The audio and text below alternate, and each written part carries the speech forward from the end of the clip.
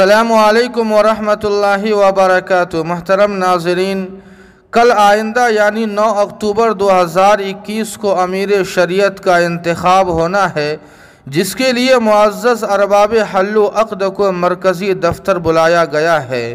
اللہ کرے یہ انتخاب بغیر کسی تنازع اور انتشار کے ہو، کیونکہ اب تک جو حالات آئے ہیں اس سے یہ امتیاز کرنا مشکل ہو رہا تھا کہ یہ 3 صوبوں کا نمائندہ مرکزی و دینی ادارہ ہے یا کوئی سیاسی اکھاڑا۔ خیر، اللہ کرے کہ 9 اکتوبر کا انتخاب اتنا اچھا ہو کہ اب تک رونما ہوئے ناگفتہ بھی حالات داستان پارینہ بن جائے اور امارت اپنی اسی قدیم آن بان اور شان کے ساتھ اپنے مشن پر گامزن ہو جائے۔ ناظرین، سر دست ایک رائے جو ارباب حل و عقد کی خدمت میں یہ ناچیز پیش کرنا چاہتا ہے وہ یہ کہ آپ حضرات اصحاب بصیرت و حکمت ہے۔ اگرچہ اس ادارے کے اصل مالک یہاں کے عام مسلمان ہیں، لیکن اس کی حفاظت و پاسداری، اس کے وقار کا تحفظ فی الحال آپ حضرات پر موقوف ہے۔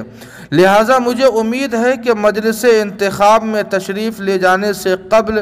آپ حضرات نے یہ نیت ضرور کر لی ہوگی کہ مجھے کسی سے ذاتی تعلق کی بنا پر نہیں بلکہ محض اللہ کے لیے دستور امارت کی روشنی میں المستشار مؤتمن کو ذہن و دماغ میں رکھتے ہوئے انتخاب امیر کے کام کو انجام دینا ہے۔ انتخاب میں شرکت کرنے والے ہر ایک معزز رکن کو یہ خیال رہے کہ آپ کروڑوں مسلمانوں کے نمائندہ بن کر جا رہے ہیں، نہ کہ کسی خاص شخصیت کے مرید یا ہمنوا بن کر۔ چونکہ ہم نبی اور رسول نہیں ہیں کہ ہم سے کہیں غلطی ہوتی ہی نہ ہو، لہٰذا اگر خدا نہ خواستہ اگر کسی ایک رکن نے بھی اصول و ضوابط سے پرے محض اپنے پرچم کو بلند کرنے، اپنے پیر کو فضا میں اڑانے اور مد مقابل کو زیر کرنے کی نیت سے انتخاب میں حصہ لینے کا ارادہ کیا ہے تو خدا را ابھی سے اپنی نیت ٹٹولیے اور بدلیے، ورنہ ہم کروڑوں سادہ لوح اور مظلوم مسلمان بروز محشر آپ کے دامنگیر ہوں گے۔ اللہ آپ تمام حضرات کا حامی اور ناصر ہو۔ دوسری اصل گزارش جو آپ حضرات سے کرنی ہے وہ یہ کہ اگر ایسا لگے کہ ممکنہ امیدواروں میں سے کسی کا انتخاب صاف و شفاف ماحول میں ہو پانا ناممکن ہو، یا اللہ نہ کرے کہ باہم دست و گریباں ہونے کی نوبت آ جائے، تو ایسی صورت میں طالبان عہدہ میں سے کسی کا انتخاب نہ کر کے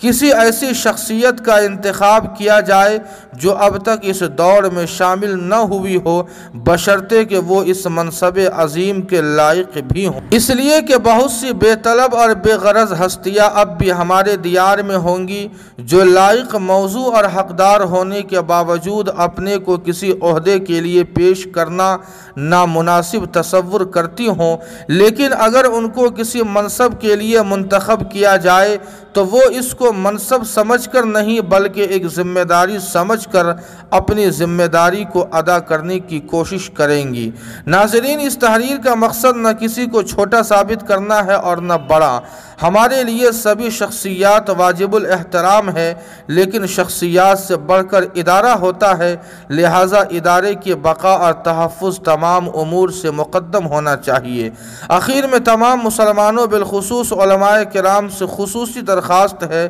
کہ یہ وقت دعا ہے، اللہ کے حضور دعا کریں کہ باری تعالیٰ ایسی شخصیت کو ہمارا امیر شریعت منتخب فرما دے جو صدق صدیق اکبر، عدل عمر، حیاء عثمان اور شجاعت علی مرتضیٰ کا پیکر ہو، جس کے اندر پیری بھی ہو اور روشن ضمیری بھی ہو، جس سے بانی امارت شرعیہ حضرت مولانا ابو المحاسن سجاد، مولانا منت اللہ رحمانی، قاضی مجاہد الاسلام صاحب اور مفکر اسلام مولانا ولی رحمانی صاحب کی روحوں کو تسکین مل سکے اور ہم مسلمانان بہار و اڑیسہ اور جھارکھنڈ کے لیے امید کی کرن لیے ایک صبح نو آغاز پھر سے ہو سکے۔ ربنا تقبل منا انک انت السمیع العلیم۔ والسلام علیکم۔